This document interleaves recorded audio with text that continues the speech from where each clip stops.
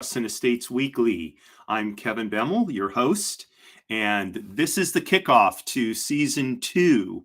Wow, we made it to 2024. And we are here every Monday at 10 a.m. Pacific time. That's 1 p.m. Eastern time and an hour in for Central and Mountain to talk about all things related to trusts, estates, probates, both from the standpoint of an individual who's doing estate planning, which you may be, or as from the perspective of professionals who help people in their estate planning and execution of their estates. So we're going to start the year off right, just like it said in our social media posts and our emails and such, by talking about putting our best foot forward for this year in making sure that we take care of our estate planning, that we're covering the right things, that we're keeping things up to date, all of that. And excuse me, as is my usual practice, I have a little what do you call it, PowerPoint. Actually, before I do that, notice here I have my new studio. So I'm not streaming from Zoom anymore. I'm streaming directly from Restream, and so it's much fancier. We got the ticker here down at the bottom, and you can see that we're live, and it ticks off all the information there. So let's go ahead and let's bring up the PowerPoint. Oops, got the wrong thing here. There we go. Okay. So as it says here on the slide, we're going to start the year off right. And that is by getting properly prepared, right? Let's see. There we go. Okay. So a lot of this is new to me as well. So, there you go. Let's see. Everything we do on the Way to Wow shows relates to the 3 pillars of attainment. For those of you who are longtime viewers or veteran viewers of the show, you know all this. For those of you who are new, there is a show on our YouTube channel that talks about the 3 pillars of attainment, and I invite you to check that out. Okay, we're going to we deal on this show primarily in the finances realm of the pursuits pillar. We also deal with family and friends, relationships in general, and of course there is an aspect of self at any time we're dealing with this, and you're going to see we're going to talk about health today a little bit, etc. Okay, so here we go. Okay, so when we talk about preparing for estate planning, really what it comes down to is what I recommend is you put together a notebook, just a simple, 3-ring binder. That's all it has to be.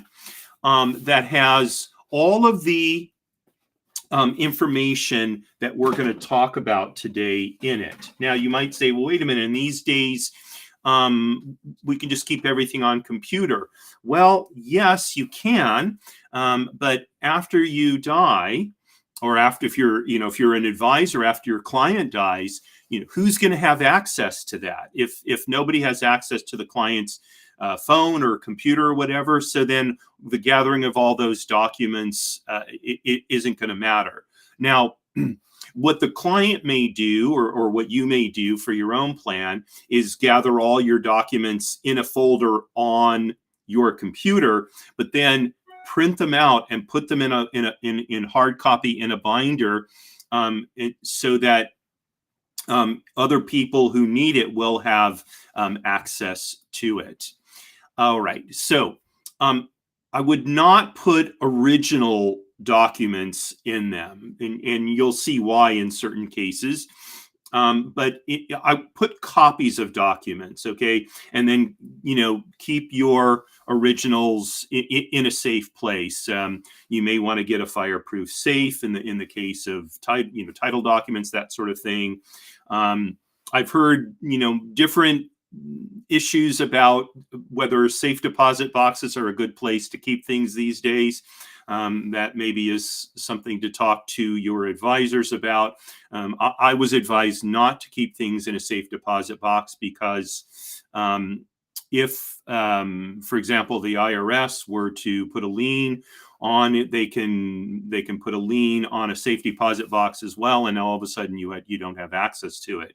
So I haven't looked into the truth of that, but I will say that having dealt with getting into safe deposit boxes as a fiduciary, it's a bit of a challenge. So that may not be the best choice. But anyway, you want to keep your originals in a safe place. Put copies in your notebook, and then make sure you inform your executor or your executrix. That's a female version of an executor, your successor trustee or trustees. Make sure they know where the notebook is. Okay. In fact, show it to them so they know what it looks like, and you can, show them here's where I keep it, that kind of thing. And that way they will, be prepared to handle matters for you when the time comes. All right, so let's get into then what goes into the notebook.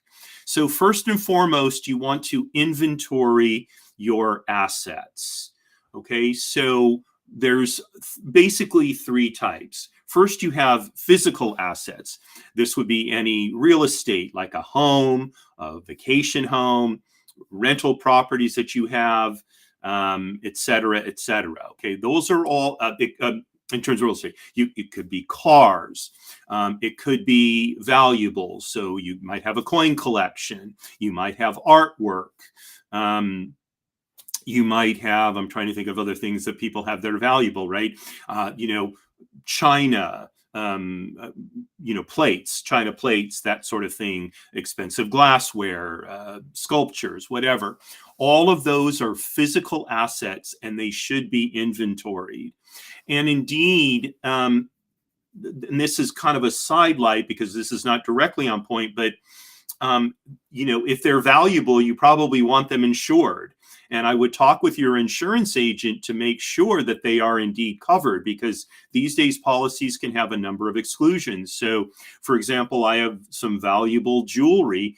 It's not covered in a typical homeowner's policy or a typical personal property policy. I had to get a special high value jewelry policy, and in fact was required to have appraisals of the jewelry in order to get the insurance amounts that I wanted. Okay, and luckily so, because I was burglarized and had to make a claim on that insurance. Okay, so again, your physical assets, you want to have all of those inventoried. In my inventory, I have everything valued, even smaller things that maybe are only worth, $100 or a couple $100, whatever it is. I keep all of that valued just so I know, if nothing else, for insurance coverage. Okay, then financial assets. Okay, these things like bank accounts, stock accounts, brokerage accounts, insurance policies, life insurance policies. Okay, anything that is monetary, okay, but doesn't have a physical form. Okay, so it could be commodities investments. Okay, now generally the way you're going to inventory them is to get a copy of statements for all of those various accounts. Okay, so and most of us don't have all of our financial assets in one institution anymore.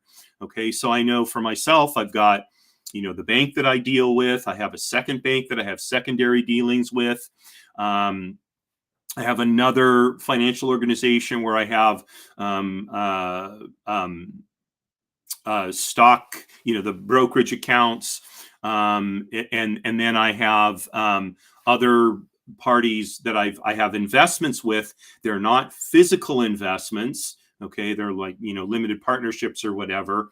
Okay, so each and every one of those needs to be in your inventory. Okay. And you need, collect a statement on them. You should be getting statements periodically in any event. So then just, print a copy of them and put them in your notebook. Finally, there's digital assets. Those are things, like cryptocurrencies, and those other, tokens and those sort of things. Okay. So if you have a crypto wallet, you should be able to print out a statement of what's in your crypto wallet. Okay. Otherwise, your heirs are probably not going to know anything about what's in them. Okay. So, I would make sure that you, print those out, any kind of digital assets you have, and put those in your notebook. Now, I realized before I go on to the next slide, I did leave out something. These are not actually assets, but they are things that take away from the value of your assets, and those are liabilities. So there could be a mortgage on your home, there could be a loan on your car, you may have credit cards, you may have other types of consumer debts. Okay, any of those debts, you should also have statements in your notebook. Okay, keep in mind that if you have a mortgage on your home, your dying does not cancel that mortgage. Okay, so if the person handling your affairs doesn't know that there's a mortgage on the home, okay, or doesn't know who your mortgage lender is, the mortgage could potentially go unpaid, and that could be a problem. Okay, so I would include copies of any loan or credit card statements in your notebook as well, so that your assets can be handled appropriately. By the way, any property tax bills I would also include in your inventory of assets, again, to make sure that the person handling things for you has that information easily. It'll be much easier for you to put it in than it will be for the person to track it down or have to go through maybe stacks of records that you have or whatever. Okay, so first of all, inventory your assets. Next, gather documents. Okay, so this is fairly straightforward. So birth certificates of you, if you have a spouse, your children. Okay, put those in your notebook. Next, if you're married, put in a copy of your marriage license or marriage. If you've been married more than once, there may be multiple marriage licenses. Okay, and also then divorce decrees. Okay, now especially if you're disinheriting somebody, okay, so if you want to make sure that, say, an ex-spouse doesn't make a claim against your assets, I would put that divorce decree in there, so it's clear that indeed there's a valid divorce. Number one, and number two, when you prepare when the documents are prepared, there's typically to exclude somebody that takes particular language. Okay, let me hasten to add that this can be an issue with Social Security benefits after you die. So I know, interestingly enough, after my father died, even though he and my mother hadn't been married at that point for let's see, he died in 2009, I believe it was, and they got divorced in 73. So 27, 30. They had been divorced for over 35 years. My father had been married and divorced a second time, and yet my mother was entitled to his Social Security benefits after he died. Wow, right? Who would have known? So having these documents, again, in the notebook can make it much easier for the person handling things for you to deal with them.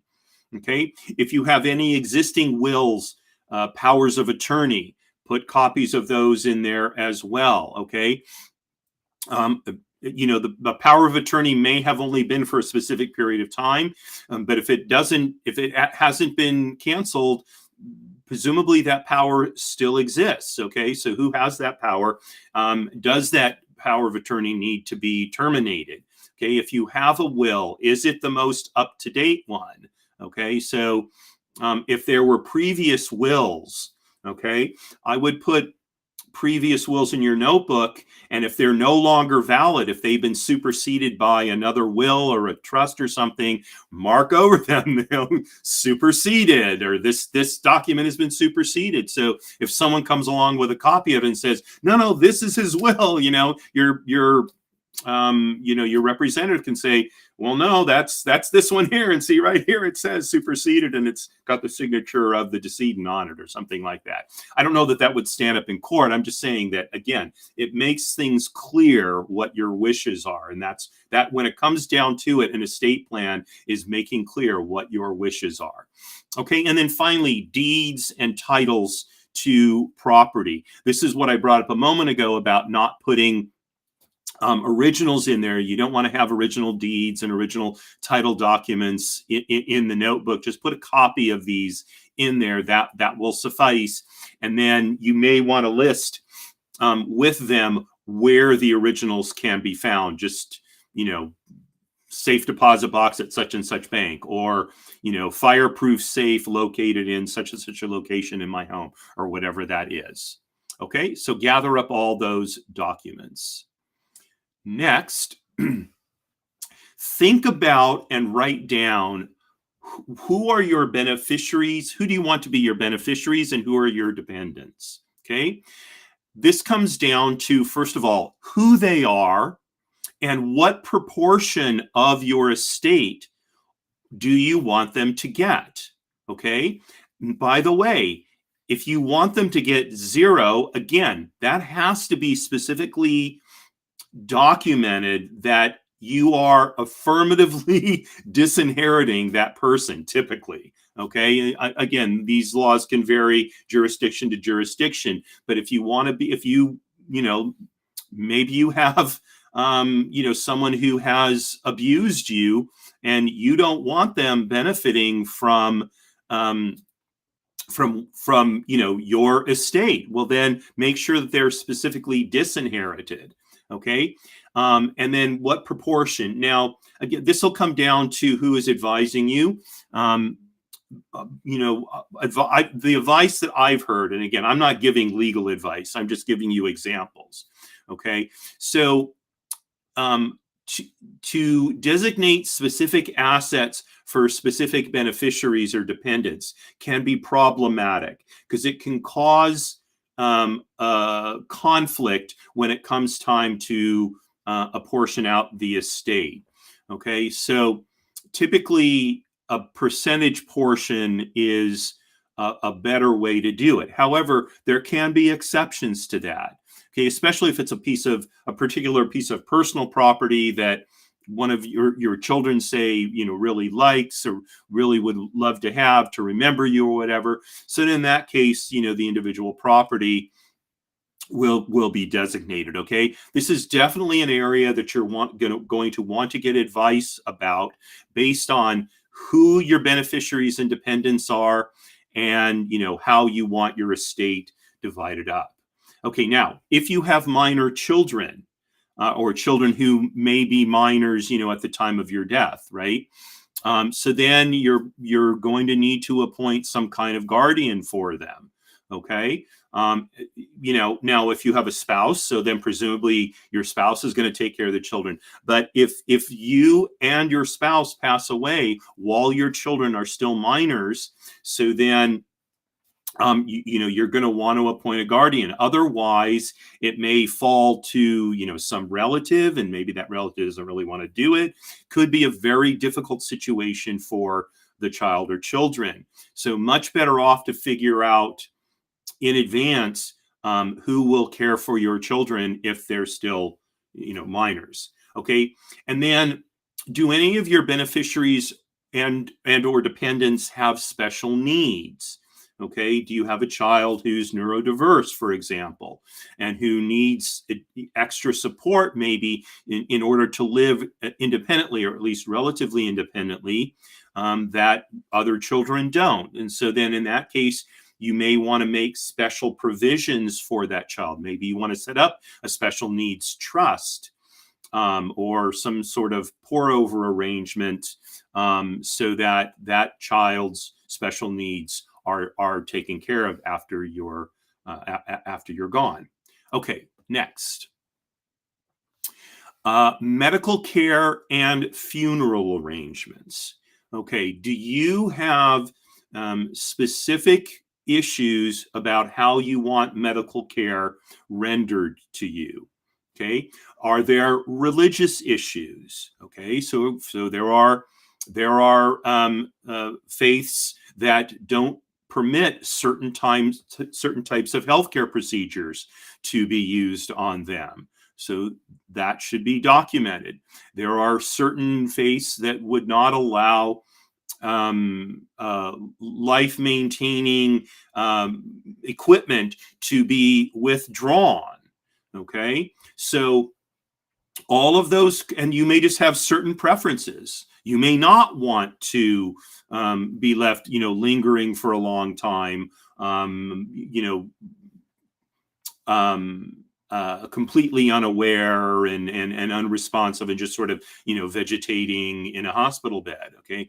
Do you want to go into hospice toward the end of your life? Do you not want to go into hospice, right? All of these issues should be thought about, discussed with your advisors, and documented. And you'll probably need some kind of living will or healthcare power of attorney. Okay. And if it's a healthcare power of attorney, you'll be appointing someone to make these decisions. So the person you appoint should understand what your wishes are, and especially if there's any religious considerations, they should understand and or be fit to make decisions within that context. Okay, with respect to really medical care and funeral arrangements, what are your specific wishes? So we talked about that a little bit in terms of healthcare. What about your funeral arrangements? Okay, I mean, do you want a big funeral where anybody can come and pay their respects? Or do you want something that's small and private, maybe just for immediate family and close friends? Do you want to be interned in the ground? Do you want to be cremated? Again, there could be, for example, religious issues that are present. So traditional Judaism does not permit cremation, okay, because there's no vessel within which the person can be resurrected during the end of days. I know that sounds, very sort of woo-woo, but that's essentially the idea behind it. So in Judaism, you're supposed to be buried in the ground. Even when they're buried in a crypt, some dirt will be put in the crypt with them. With the casket, I should say. All right. But maybe you want to be cremated. Okay. So then you need to express your wishes. So I had a situation where the person really wanted a very simple casket. And nonetheless, her husband had ordered a really fancy casket for her, which was just way out of keeping with what she wanted. Right. So when it came time to actually put together her funeral, I went with what her wishes were. Her husband had predeceased her, so there wasn't going to be any kind of dispute at that point. But if her husband had still been alive, well, presumably he would have been handling the funeral arrangements. But perhaps if he had been too old or frail or whatever to handle them. And as the fiduciary, I was called in to handle it. So then, I would sit down with him and I would say, I see here, this is the casket you ordered for your wife. And here in her estate plan, where it talks about what she wants for her funeral, it says here she wants a very simple casket. Wouldn't you rather, have the funeral performed within what your wife's wishes are? Or how do you want to address that your wife's wishes seem to be different than yours, right? Obviously, you don't want to cause conflict, especially at that time. On the other hand, these things need to be worked out diplomatically, that sort of thing. Okay. Is there someone specifically that you want to speak at your funeral, assuming that you predeceased that person? Is there someone you definitely do not want speaking at your funeral, right? Those kind of specific wishes should be documented. And then, do you want to have a memorial service? So let's say that you know the you want to have a very small actual funeral, okay, but you'd be comfortable having a memorial service maybe at your church or your synagogue or whatever for people who want to express their loss, but they're not close friends or family or something like that. So again, all of that can be worked out. I know in the military, so we had a situation one time where a pilot within the air wing that I was the chaplain for died. And he was located in one of the East Coast squadrons, but everybody, well, not literally everybody, but he was very well known in the air wing, a very beloved individual. So they did his funeral on the East Coast. Here on the West Coast, where I was located, so we did a memorial service for him so that people who knew him here on the West Coast could express their grief, have that opportunity. In his case, as far as I know, he didn't express one way or another what he wanted done. In this case, the Commodore of the Air Wing, in talking with him, we worked out that it would be a good idea to do a memorial service especially because he had been so well known. Okay, so those are medical care and funeral arrangements. Okay, next. What kind of instruments need to be prepared in order to execute your instructions and see to it that your wishes are carried out? Do you need a will? Do you need a trust? Or do you need a power of attorney or more than one power of attorney? Do you need some healthcare directives? All of these can be part of a comprehensive estate plan. Okay. And, if you're in the military and you're going to be deployed, they're going to require you minimally to have a will and a power of attorney. Especially if you're married, it's going to go to your spouse. But even outside of the military and civilian life, you're going to want to most likely talk to some advisors and figure out, based on your specific situation, which of these instruments are necessary. Now, I've talked about in previous shows. So, for example, with bank accounts, you can put a designation in a bank account paperwork that as to who will get the money in that bank account after you die. And in that way, you can avoid probate, and it doesn't need to be in a trust. It depends on the type of account. So, for example, if you have a joint account with rights of survivorship, when you die, that the funds in that account are automatically going to transfer to the surviving owner.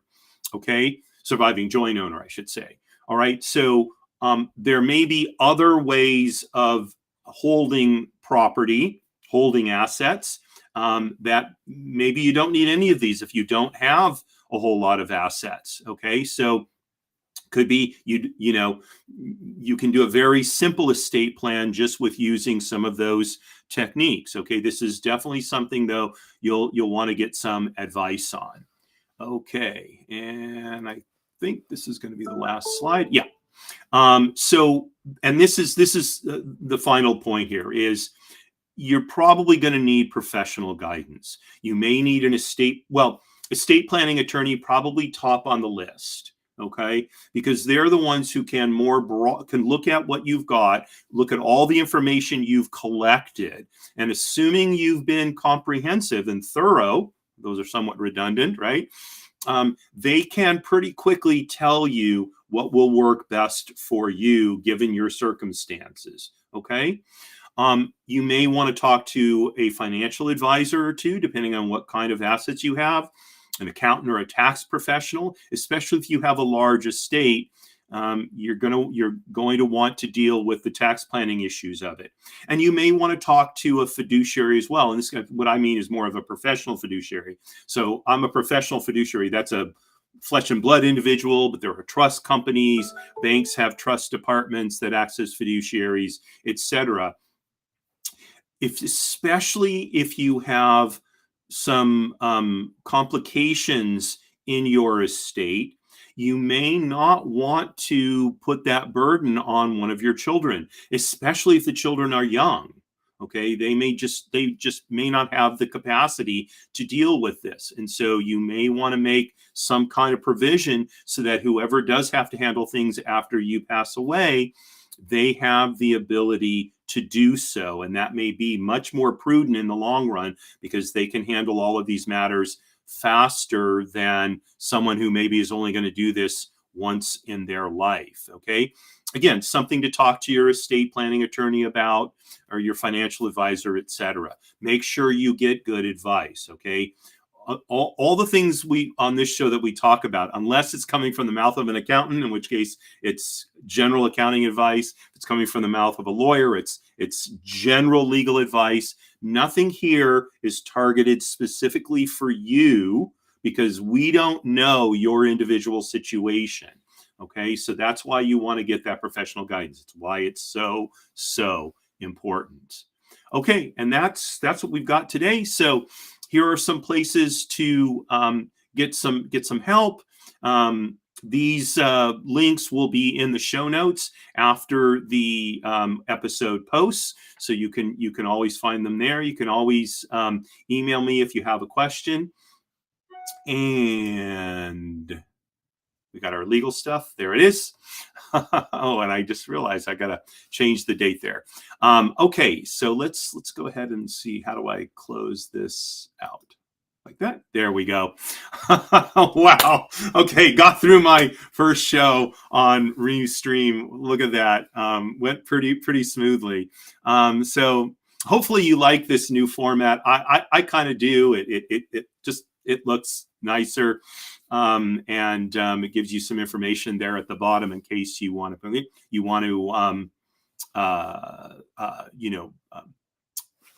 know where to find the show, etc. Also, by the way, by using Restream, so if you want to post comments, if you're watching on social media and you want to post a comment, so I'll get those comments here on the show, so we can interact in live time, and I will respond to any of the comments that you post. So thank you very much for joining me today. I probably should have started today out by wishing you Happy New Year, since today is the first of the year. And hopefully you had a fun New Year's Eve, and you're looking forward to a year of good health, of prosperity, and good things for family, friends, all of our fellow citizens and people throughout the world. So again, thank you very much for joining me.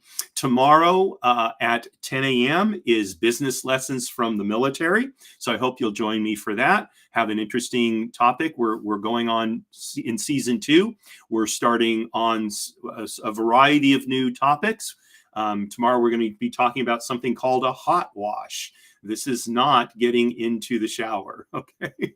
And then on Wednesday at 10 a.m. is People Making Money, season 5. It's I can't believe that I started that show 4 years ago, because now we're heading into season 5. But there you have it.